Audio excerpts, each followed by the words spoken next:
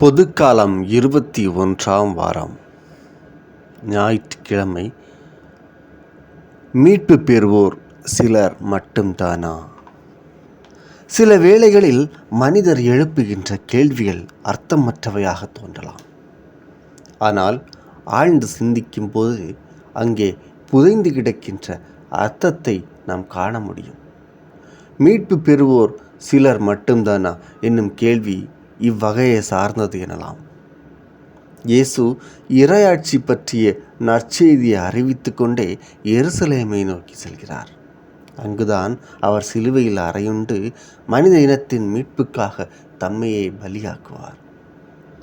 பயணம் செல்கின்ற இயேசுவை அணுகுகிறார் ஒருவர். மீட்பு பெறுவோர் சிலரா பலரா என்பதை அவர் அறிய விரும்புகிறார். இயேசு அவருக்கு நேரடியான பதில் வழங்கவில்லை. ஆனால் இறையாட்சியில் நுழைவதற்கான வாயில் இடுக்கமானது என இயேசு குறிப்பிடுகிறார். அதே நேரத்தில் இயேசுவோடு பழகி அவரோடு விருந்து அருந்தி உறவு கொண்டாடியதை காட்டி விண்ணரசில் நுழைந்து விடலாம் என நினைத்தால் அது தவறு எனவும் இயேசு சொல்கிறார்.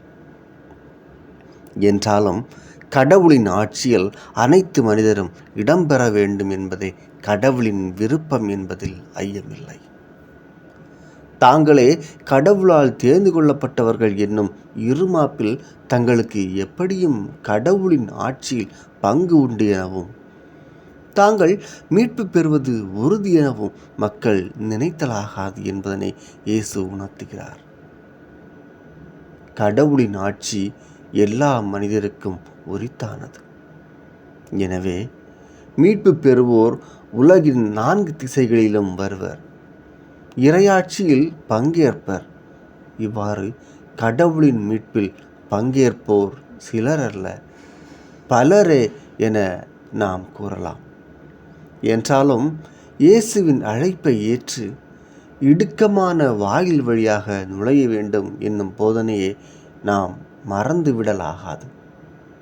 மீட்பு என்பது நாம் கேட்டு பெறுகின்ற ஓர் உரிமை அல்ல, மாறாக கடவுள் தாமாகவே விரும்பி நமக்கு அளிக்கின்ற ஒரு கொடை. எனவே மீட்பு என்னும் கொடைக்காக நாம் எந்நாளும் கடவுளுக்கு நன்றி செலுத்துவதே முறை என்கின்றனர். மன்றாட்டு.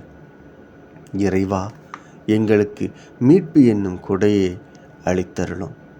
அதன் வழியாக இறைவனை நாடி அவர் வழியில் சென்று அவரோடு இணைய எங்களுக்கு உதவி புரியும். ஆமென்.